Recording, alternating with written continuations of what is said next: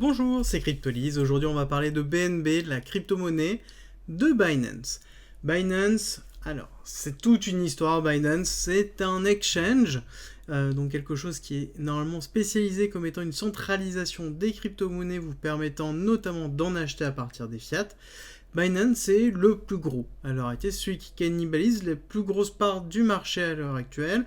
Nous avons plein de choses qui nous mettent à disposition, que ce soit notamment la possibilité d'acheter des cryptos, la possibilité de faire des échanges sur des dérivatifs, la possibilité de faire du stacking ou de faire du saving, le fait de faire des NFT.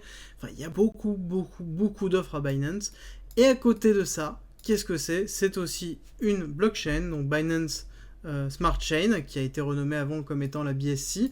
Donc en l'occurrence, Binance Chain. Donc on a quelque chose qui est un acteur majeur, pour pas dire un des plus gros acteurs centralisés qui existent à l'heure actuelle sur le marché. Donc c'est quelque chose qui est vraiment très fort et qui a d'ailleurs marqué un petit peu l'histoire de la blockchain et qui aide aussi à la démocratisation des cryptos, étant donné que par son créateur qui est devenu richissime en l'espace de quelques mois, milliardaire en quelques mois, à travers leur capacité de pouvoir s'adapter, de proposer des nouveaux contenus, continuellement on a des nouveaux contenus, on a des opérations de communication qui sont juste magnifiques. Si on regarde dernièrement ce qui s'est passé, ils ont créé un bouton où en cliquant dessus on avait une chance globalement de gagner un BTC, un Bitcoin. Voilà, tout simplement, ils ont fait ça, à savoir que c'est un petit peu plus compliqué que ça, étant donné qu'il y avait un timer, il fallait être le dernier appuyé pour pouvoir gagner, enfin bon, il y a tout un truc, et globalement, il fallait s'inscrire. Donc ils ont récupéré beaucoup d'adresses, et ça montre la capacité qu'ils ont d'innover, que ce soit d'un côté marketing, d'un côté technologique. Après, ils ont des soucis au niveau de leur blockchain. C'est une blockchain qui est excessivement centralisée, qui marche très bien, par contre, voilà, avec des frais très récents, la BSC, mais qui est ultra centralisée. Il y a très peu de notes de validation, et ils ont annoncé, du coup, depuis qu'ils ont renommé, qu'ils allaient augmenter, quasiment faire x2 au niveau des nodes, et il va y avoir un certain nombre, je pense, de transformations qui sont essentielles pour le maintien, justement, de l'écosystème de Binance et de tout ce qui va avec. Mais en tout cas, voilà, Binance a le mérite d'être un acteur majeur de la démocratisation de la blockchain. Le seul défaut qu'on pourrait avoir, c'est que leur site, c'est un bordel sans nom. Voilà. Clairement, leur site, il y a tout et n'importe quoi, il y a à boire et à manger. Quand on n'a pas l'habitude, moi c'est pas à quelqu'un qui n'est pas crypto-friendly, je lui dirais pas, ou qui n'a pas l'habitude de bosser sur de l'exchange ou un logiciel de trading, je lui dirais ne pas aller sur Binance par rapport à ça. Voilà. Donc, bon, voilà. C'est principalement le gros défaut que je peux trouver à Binance par rapport à ça. À côté de l'écosystème en lui-même, il est juste monumental. Il y a énormément de choses qui sont construites dessus. Il y a énormément d'initiatives qui a été poussées à un moment donné.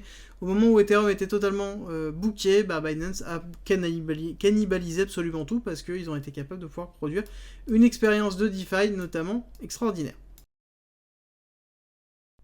Rejoins-nous sur Discord. Tu y retrouveras notamment ma stratégie d'investissement qui est disponible gratuitement.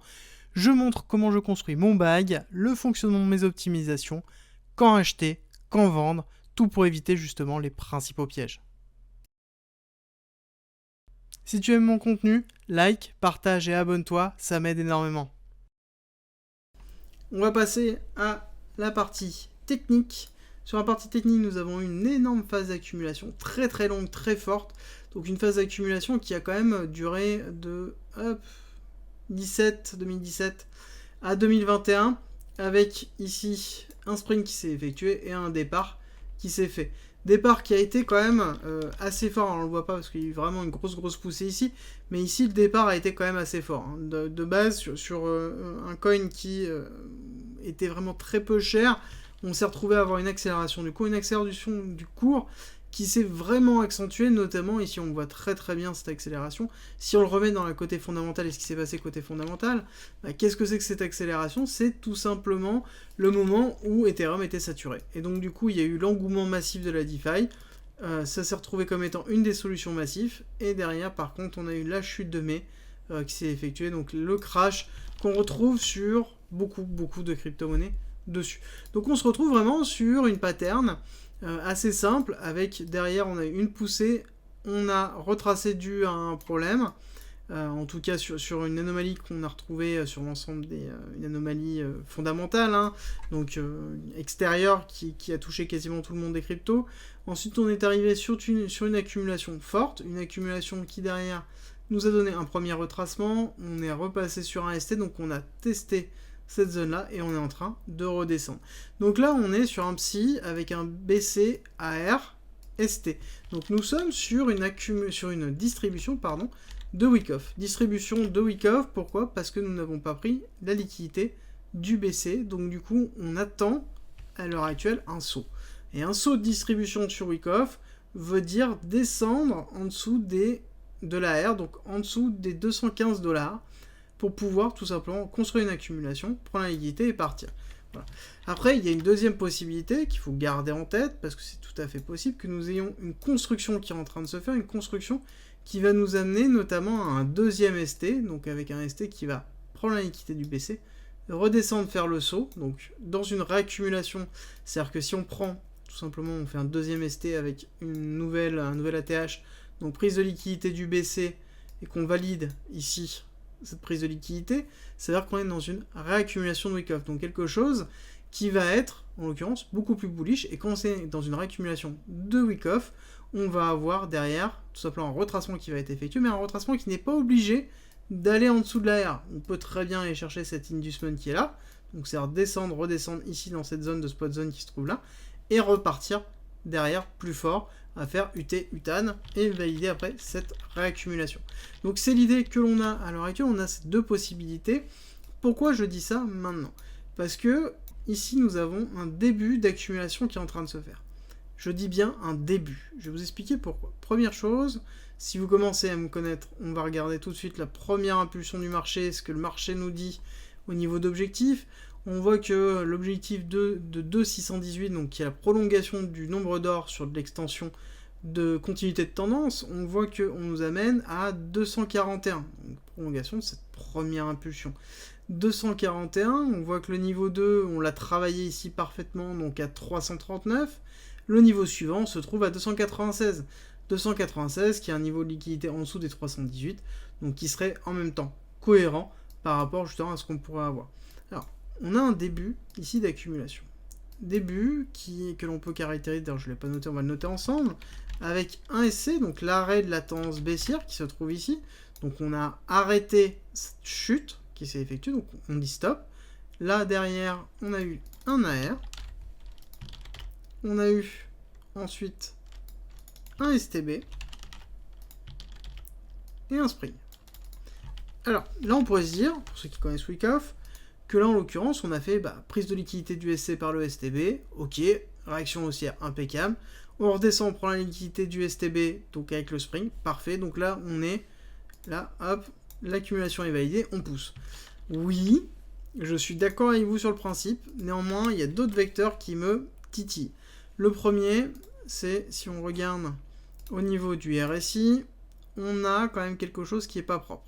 On a quelque chose qui n'est pas propre parce qu'on a une divergence en daily qui est en train de se mettre en place, une divergence qui est vraiment pas propre. Donc, qui est celle-ci. Donc là, on voit qu'on a une divergence bearish, donc avec une potentielle continuité baissière qui est en train de s'acter. Donc là, il va falloir vraiment surveiller ce qui peut se passer par rapport à ça, parce que là, en l'occurrence, on pourra avoir vraiment une chute, une continuité de la baisse qui peut se faire. Surtout que là, si on regarde, on a une deuxième divergence qui est en train de se mettre en place, ici, sur les deux tops qui se trouvent là. Donc là, on a quelque chose qui est bearish, en tout cas, qui nous indique que potentiellement, on peut descendre. Qu'est-ce qui invaliderait ça? Le seul moyen d'invalider ça, c'est que là, derrière, on aille et qu'on casse ce top-là. Voilà.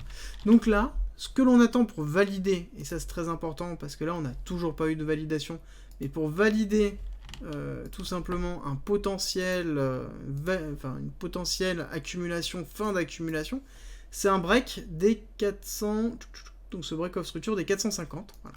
Il faut casser ces 450 avec une belle bougie verte, se poser dessus, voilà, et nous faire potentiellement une autre bougie verte avant de redescendre et de retravailler une zone plus bas avant de repartir. Là, on a une belle validation et là, on aura un point d'entrée qui se fera sur tout simplement le retest d'un niveau important. Si on n'a pas cet élément-là, ça va être très compliqué de pouvoir tout simplement se dire qu'on va avoir une continuité baissière. Pour moi, si on casse pas ça, ça veut dire que là, on n'a pas invalidé ici ce top-là, donc on n'a pas d'invalidation de la divergence, donc on n'a pas de retournement de situation, et on continue avec quelque chose qui peut potentiellement descendre. D'ailleurs, si on regarde cette impulsion baissière qui se trouve ici, ça nous amène où?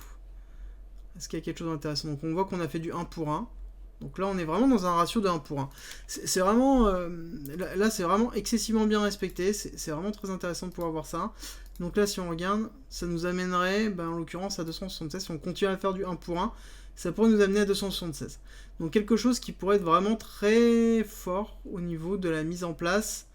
Potentiellement, une rentrée dans la spot zone avec une prise de liquidité qui pourrait justement être symptomatique ici d'un nouvel ATH. Voilà. Clairement, je pense que si on travaille cette zone-là et qu'on redescend, qu'on prend vraiment la liquidité qui se trouve ici, qu'on fait une incursion en dessous des 300$, je pense que le prix va tout simplement pousser très fort. Alors, hop, on refait. Petit problème technique. Tac. Donc, il y a un prix qui va justement pousser très très fort dessus. Derrière, qu'est-ce qu'on peut espérer du BNB? Déjà, le BNB, c'est tout simplement la monnaie de Binance. Donc déjà, en lui-même, c'est la représentation de l'évolution de la société en elle-même. Ça, c'est très très important de le retenir. C'est que c'est une société qui cannibalise absolument tout, qui a une vocation à grandir qui est juste monumentale et qui pourrait justement aller très très loin. Très loin, à tel point qu'on pourrait considérer que nous avons un schéma de vague 1, vague 2 qui est en train de se faire, avec ici un retracement A, B, C de cette vague 2, qui pourrait nous amener, alors on va le définir ici d'ailleurs, hop, j'ai pas laissé le test que j'avais effectué pour voir justement où ça nous amène. On voit que là, on est ici, et on va le tirer un petit peu plus histoire de le sortir. On voit que là, on est ici, le prochain niveau, en l'occurrence, est quand même un peu plus bas, donc à voir ce qu'il pourrait être, parce que là en l'occurrence on pourrait aller chercher quand même beaucoup plus bas.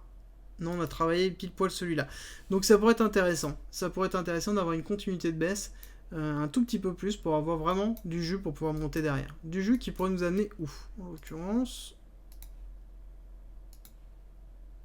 Si on fait une incursion simple, donc petite incursion au niveau du 272, ça nous amènerait en 1,618, donc une vague 3 classique, vraiment de ce qui est plus classique, à 1396, 1400 $ sur un actif, quand même, qui, à l'origine, est très très fort. Donc si on fait, hop, petit potentiel, on a quand même, ici, 376% de potentiel en progression sur quelque chose qui est fort et qui, en plus, vous offre un certain nombre de valeurs. Quand vous utilisez Binance en faisant du trading, tout simplement vous avez des frais diminués si vous avez du BNB, et en l'occurrence le BNB est quand même de base une monnaie intéressante avec une supply limitée et des systèmes de burn qui sont en train de s'améliorer. Voilà.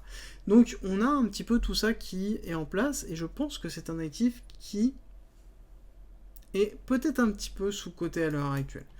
Je pense qu'il est un petit peu sous-coté par rapport à la place que Binance peut avoir. Est-ce que acheter du BNB à 400$? Peut-être pas. Par contre, en dessous de 300, oui.